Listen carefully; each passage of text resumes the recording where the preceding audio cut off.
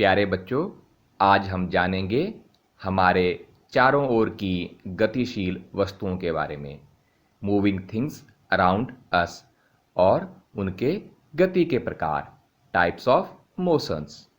आइए अपने आसपास की वस्तुओं की सूची बनाते हैं जिन्हें हम अपने दैनिक जीवन में प्रयोग करते हैं। ये आपके खेलने की बॉल है, एक झूला झूलता हुआ बच्चा, उड़ती हुई पतंग,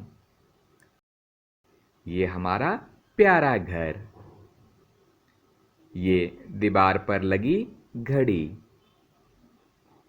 छुक छुक करती ट्रेन, गर्मी से राहत दिलाता पंखा, और ये है आपका स्कूल बैग, टिक टिक टिक करती घड़ी, जल की रानी मछली, एक कठोर पत्थर, बहुत जरूरी टेबल, चूं चूं करके उड़ती चिड़िया। अब इन वस्तुओं को विराम में वस्तुएं, ऑब्जेक्ट्स एट रेस्ट, और गतिशील वस्तुएं, ऑब्जेक्ट्स इन मोशन में अलग अलग छांट लेते हैं। बॉल, ये होगा विराम में क्योंकि ये खड़ा हुआ है। घूमता पंखा, ये घूम रहा है तो गतिशील वस्तु है। ट्रेन छुक छुक करके चल रही है तो जाएगी गतिशील वस्तु में। दीवार पे लगी घड़ी तो ये है विराम में वस्तु। ये हमारा घर हमेशा एक जगह खड़ा है तो है ऑब्जेक्ट्स एट रेस्ट। उड़ती पतंग, आप बताओ इस ओर रखें या उस ओर रखें? लहराती कभी इधर कभी उधर तो ये है गतिशील वस्तु। झूलता बच्चा कभी इधर कभी उधर तो ये ऑब्जेक्ट्स इन मोशन। चूं चूं चिड़िया, बताओ कहाँ जाएगा ये है ऑब्जेक्ट्स इन मोशन। आपका टेबल, क्या ये चलता है? नहीं ना, तो ये है विराम में वस्तु। पत्थर जो पड़ा हुआ है, बताओ बताओ किस साइड रखें?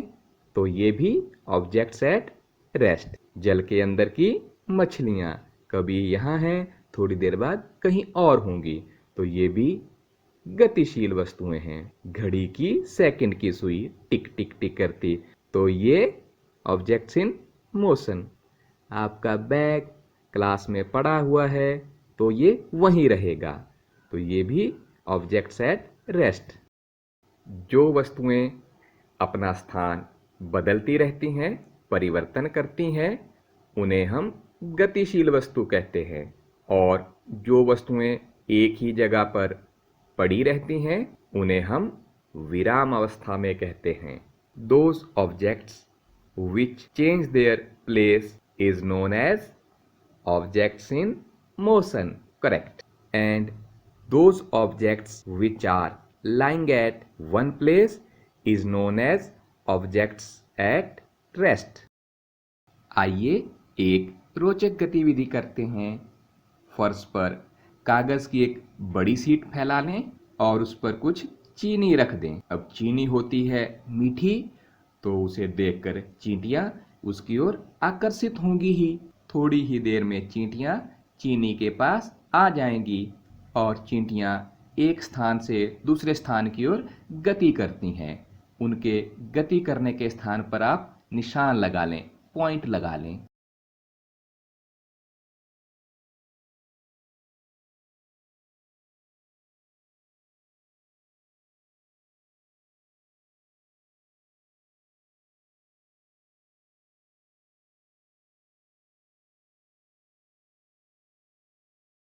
थोड़ी देर बाद चींटियों और चीनी को कागज से हटा लें।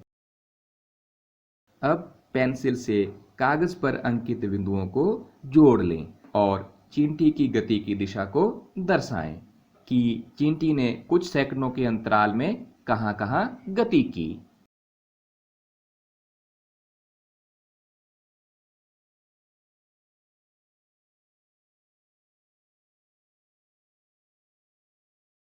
बच्चों, ध्यान दो जरा, हमने घड़ी सिलाई मशीन को किस समूह में रखा था? गतिशील वस्तुओं के या विराम्य वस्तुओं के समूह में? क्या ये वस्तुएं गति कर रही हैं? नहीं ना, पर इनके भाग गति कर रहे हैं। घड़ी की सुइयां, पंखे की पंखुड़ियां या रेलगाड़ी की गति सब अलग अलग हैं। Where did you place objects like a clock, a sewing machine, or an electric fan in your grouping of objects? Are these objects moving from one place to other? No. Do you notice movement in any of their parts?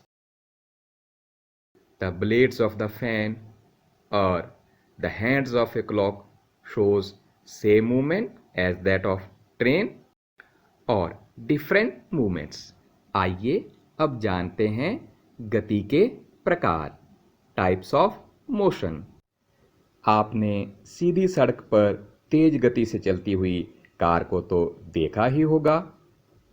15 अगस्त या 26 जनवरी की parade में सिपाहियों के march past की गति भी आपने note की होगी। 100 मीटर दौड़ प्रतियोगिता में दौड़ते हुए धावकों को भी आपने अवश्य देखा होगा।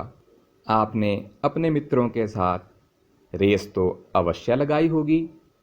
आइए अब जानते हैं गति के प्रकार, टाइप्स ऑफ मोशन।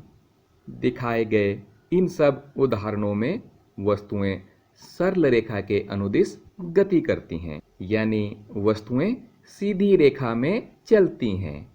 इस प्रकार की गति को सरल रेखीय गति कहते हैं। In all these examples objects move along a straight line. This type of motion is called rectilinear motion.